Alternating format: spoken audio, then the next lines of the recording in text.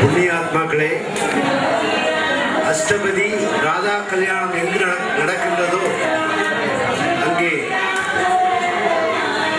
லோக குருவாக மகா குருவாக இருக்கின்ற கிருஷ்ணனுடைய ராதாவுடைய சாநித்தியம் இருக்கும். அதே போல் பகவான் யோகிராம் சரத்குமார் சொல்லுவார், காணிமட மந்திராலயம் பூலோக வைகுண்டம் என்று. இங்கு வருகின்றவர்கள் வெறுங்கையோடு செல்ல மாட்டார்கள். இந்த திருப்பணிக்கு யார் யார் செய்ய வேண்டும் என்பது என் தந்தையால் தேர்வு செய்யப்பட்டவர்கள் தான் செய்ய முடியும் என்றெல்லாம் சொல்லியிருக்கின்றார்கள். இது உலக வரைபடத்தில் வரும். இங்கே திருப்பதி போல நடக்கும், திருப்பதி போல வரும் என்று சொல்லியிருக்கின்றார். அதிவிரைவில் இந்த 2-3 ஆண்டுகளுக்கு இங்கு பார்க்க முடியாது, அவ்வளவு கூட்டம்.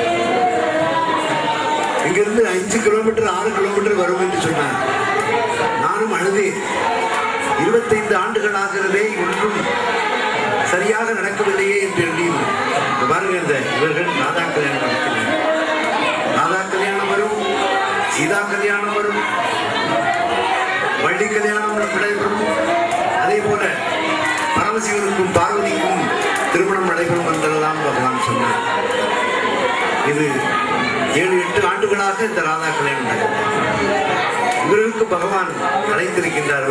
வருகின்றவர்கள் ரிஷிகேஷ் செல்வதாக சொன்னார்கள், ஆனால் அவர்கள் செல்லவில்லை.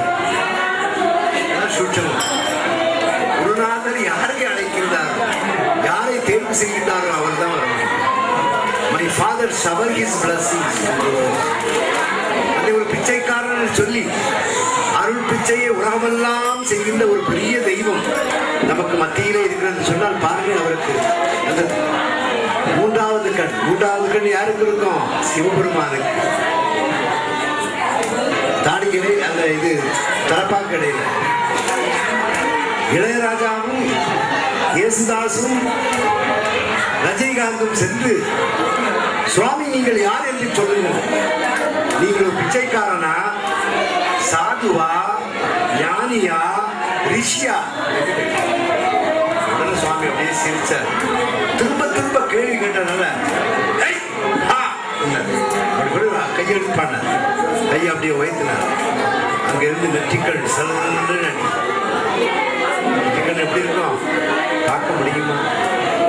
அர்ஜுனனுக்கு கீதையிலே கண்ணன் கொடுத்தார், ஞான கண்ணை கொடுத்தார். கொடுத்துதான் அவருக்கு அந்த அவருடைய விஸ்வரூப தரிசனம் கிடைச்சது. 3 பேரை தடாரடியா வந்திருந்தாங்க. கேமரா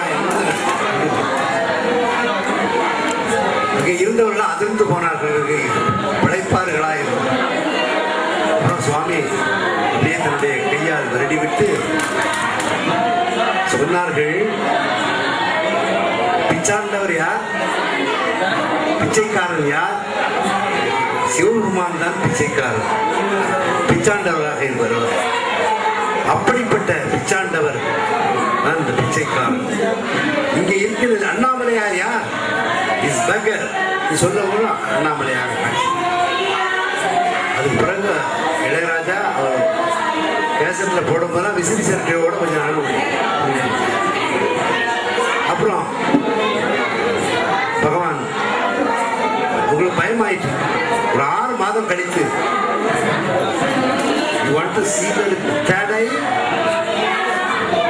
ஆமா சுவாமி ஒரு பார்வையாலே இல்லை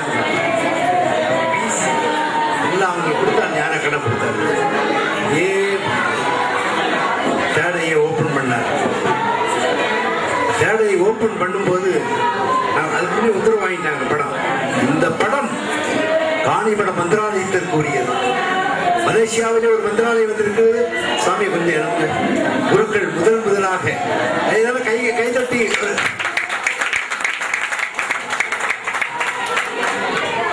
மலேசியாவிலே எத்தனை வருஷம் ஆச்சு சாமி?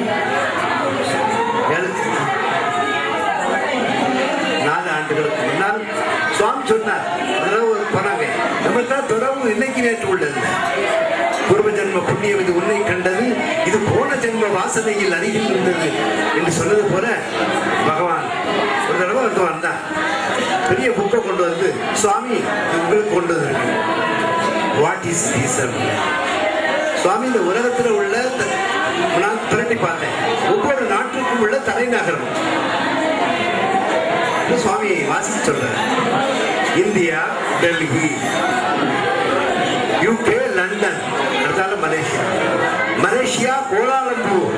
Stop it, read it again. திரும்ப வாசிப்போம், திரும்ப வாசிப்போம், ரீட் இட் அகைன் சொல்லி வாசிக்க வாசிக்க வாசிப்போம். எனக்கு புரியவில்லை. இது 20 ஆண்டுகளுக்கு நடந்த முன்னால் மகான்கள் கோடு போட்டாங்கன்னா அது இருக்கிறது பின்னால் தான் தெரியும். அதே போல 2வது Singapore. Oh read it again, read it again. அதனால ஆஸ்திரேலியானார், யூகேனார், எல்லாம் வாசிக்க அதே மாதிரி சொல்லிட்டு இப்ப அப்படியே பிரயாணங்கள் இருக்கிறது. இதை ஏன் சொல்லுகிறேன் என்று சொன்னால், சிடி இருந்து சிடி சிடி அதான் நம்ம இப்போ பாடுறது. உலகமே யோகிராம் சுரத்குமார். யோகிராம் சுரத்குமாரை நான் உணர்ந்தேன் என்று சொல்லுகின்றவர்கள் தன்னைத்தானே ஏமாற்றிக் கொள்ளுகின்றனர். அன்றுமிருந்தும் உலகத்தந்தை யோகிராம் சுரத்குமார் நீங்கள் எல்லாம் பெரிய கோடி கோடி புண்ணியம் செய்தவர்கள். அதான் ஒரு பாடுகின்றார். புண்ணியம் பல கோடி செய்தேனோ, புண்ணியம் பல கோடி செய்தேனோ, நான் பொன்னிழல் புன்னையின் கீழ் என் குருவை காண புண்ணியம் பல கோடி செய்தேனோ.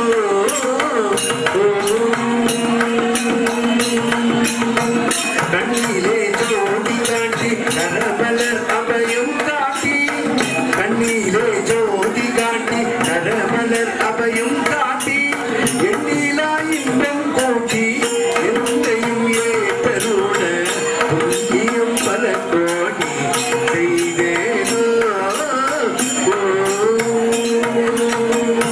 ஸ்ரீராம ஜெய ராம ஜெய ஜெய ராமா என்னும் தாரக மந்திரமே உருவான தவயோகி. ஸ்ரீராம ஜெய ராம ஜெய ஜெய ராமா என்னும் தாரக மந்திரமே உருவான தவயோகி. தயை போகும் ராம் சுரத்குமாரா, தயை போகும் ராம் சுரத்குமாரா, பொன்னடியும் சரங்கில் வந்தவங்கள் சபியேனை ஆட்கொள்ள புண்ணியம் பல கோடி செய்தேனோ.